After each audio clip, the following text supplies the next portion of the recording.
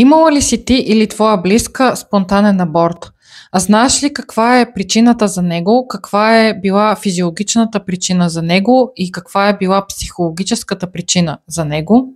Обикновено лекарите казват, че това е бебе с малформации, че той има генетични отклонения, че не се развива и всякакви такива неща и че общо взето това е доста често срещано при жените, един или два спонтанни аборта. Разбира се, не при всички жени, т.е. те казват ми по-добре, че стана така, защото в противен случай може да има проблеми по-нататък през бременността с плода.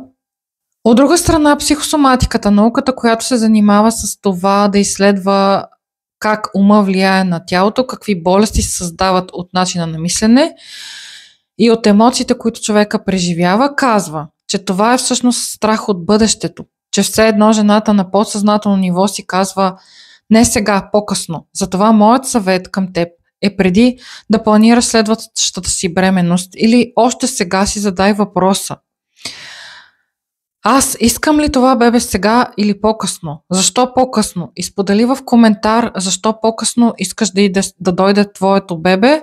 Аз искам да прочета всички коментари и да ви отговоря, за да мога да ви помогна в този процес.